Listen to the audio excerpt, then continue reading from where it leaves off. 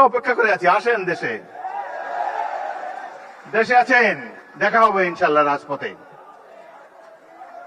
27 বছর বয়সে মুক্তিযুদ্ধ করেছি, এখন 82 বছর বয়সে আরেকটা করব বাংলাদেশের জন্য। বাংলাদেশে জনগণের শাসন, গণতন্ত্র চিরস্থায়ী করে যাব আমরা। ভুল তো মানুষ করেই, নিশ্চয়ই এখানে ডকুমেন্টারিতে অনেক ভুল আছে। প্রথম ভুল আমি দেখেছি, সেখানে তো আবু সাইদের ছবি নাই। আবু সাইদ এই বিপ্লবের প্রতিচ্ছবি, প্রতীক। তার ছবি না থাকলে এটা কোনো ডকুমেন্টারি হলো না। সেখানে আরো নাই দেশনেত্রী বেগম খালেদা জিয়ার ছবিও তো নাই। সুতরাং কিছু ভুল হয়েছে, এবং এই ভুল মাননীয় মন্ত্রী জোর হাতে স্বীকার করেছেন, ক্ষমা চেয়েছেন, বারংবার ক্ষমা চেয়েছেন। তারপর তো শান্ত হওয়া উচিত এই ধরনের একটা জাতীয় অনুষ্ঠানে।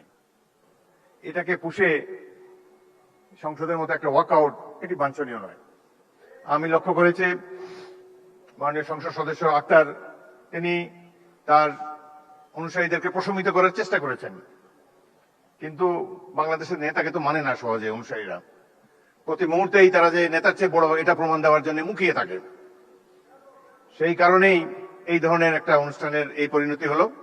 এখানে যারা বিদেশি বসা ছিল, আমি মনে মনে চিন্তা করছিলাম যে ইংরেজিতেই ভাষণ দেবো, বিদেশিরা দেখুক 16 বছর আমরা কিভাবে কাটিয়েছি, কিন্তু তারা তো চলেই গিয়েছে।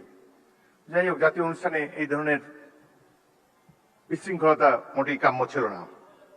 ভাই, আমরা তো জনগণের ভোট নিয়ে এখানে এসেছি, জনগণের নির্বাচিত প্রতিনিধি আমরা, হাওয়ার থেকে উড়ে এসে বসি নাই এখানে। সুতরাং এই সরকার নির্বাচিত একটি সরকার, এটুকু শ্রদ্ধা সম্মান প্রাপ্য। ভুল তো আমরা করি, আরো হয়তো সামনে আরো ভুল করব, সেই ভুল করলে তার জন্য মাসুলও দেব, কিন্তু সবাই মিলে ভুল সংশোধন করতে চাই। সকালে অনুষ্ঠানটা একটা চমৎকার একটা অনুষ্ঠান ছিল। প্রফেসর ইউনূস নিচে বসেছিলেন, তাকে মাননীয় প্রধানমন্ত্রী ডেকে এনে সম্মান দেখিয়ে তার পাশে বসিয়েছেন, স্টেজে উঠিয়েছেন। এটাই তো আমরা কামনা করি। AKS অর্জন করলো গিনেস ওয়ার্ল্ড রেকর্ডস। AKS সবাইকে আমরা সম্মান করতে চাই, কাউকে অপমান করার চেষ্টা চাই না। এখানে বক্তব্য দেওয়ার সময় কেউ ভুয়া ভুয়া বলে চিৎকার করে, রাষ্ট্রীয় অনুষ্ঠানে কি এগুলো মানায়? কবে আমরা শিখবো? যাই হোক, অত্যন্ত দুঃখজনক। আমি আরো বেদনার্থ হয়েছি, অভিভূত হয়েছি। মা তার অন্ধ ছেলেকে নিয়ে এখানে দাঁড়িয়েছেন। তার ছেলেটি চোখ হারিয়েছে গণতন্ত্র পুনরুদ্ধারের জন্য, আইনের শাসন কায়েম করার জন্য। আজকে তারা আমাদের সামনে এসে দাঁড়িয়ে যদি মর্যাদাই না পান, তাদেরকে যদি আবারও ছোটখাটো চাওয়া পাওয়ার জন্য মন্ত্রীদের দ্বারে দ্বারে ঘুরতে হয়, সেটি জাতির জন্য লজ্জা। আমি আপনাদেরকে আশ্বস্ত করতে চাই, এখানে দুজন মন্ত্রী, নিচে জুনায়েদ সাকিব মাননীয় মন্ত্রী চমৎকার বক্তব্য দিয়েছেন। এই সরকার তো আপনাদের নির্বাচিত সরকার, আমরা ভুল করলে আমাদেরকে শুধরিয়ে দিবেন। আমরা তো আওয়ামী লীগ হতে পারবো না, হতেও চাই না। আওয়ামী লীগের দেখেন, তাদের কোনো অনুশোচনা নাই। এত অন্যায়, অবিচার, খুন, গুম, মানি লন্ডারিং, হত্যা, নির্যাতন, আয়নাঘর, এতে তারা কোনো লজ্জাবোধ করে না তো। আবার বলে যে ডিসেম্বর মাসে আসেন, দেশে এসে পদার্পণ করবেন। আমরা অপেক্ষা করে আছি, আসেন দেশে।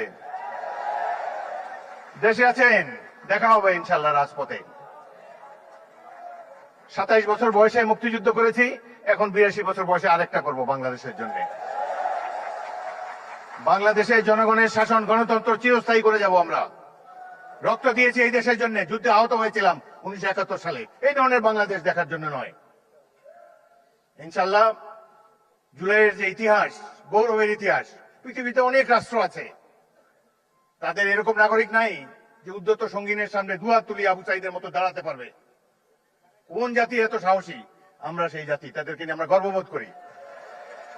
আপনারা যারা এখানে এসেছেন, জুলাই যোদ্ধারা, মন খারাপ করবেন না। যারা জীবন দিয়ে গেছে 71 সালে, তারাও কিছু পায় নাই। আপনারাও যা প্রাপ্য হয়তো পাবেন না, কিন্তু এই সরকারের কাছ থেকে নিশ্চয়ই সম্মান আপনারা পাবেন। আমরা সেই সম্মান আপনাদেরকে দেব।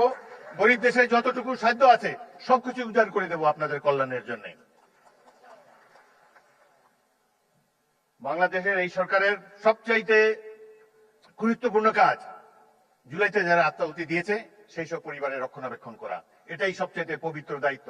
যারা আহত, চোখের দৃষ্টি হারিয়েছে, অঙ্গ হারিয়েছে, তাদেরকে সুস্থ করে তোলা এই সরকারের পবিত্র দায়িত্ব। ইনশাল্লাহ আমরা সবাই মিলে সেটি পালন করব। জুলাই গণঅভ্যুত্থান আমাদেরকে রাষ্ট্র পুনর্গঠনের সুযোগ এনে দিয়েছে। আমাদের লক্ষ্য হওয়া উচিত একটি গণতান্ত্রিক, ন্যায়ভিত্তিক, দুর্নীতিমুক্ত বাংলাদেশ, যেখানে প্রতিটি নাগরিক সমান অধিকার ও মর্যাদা পাবে।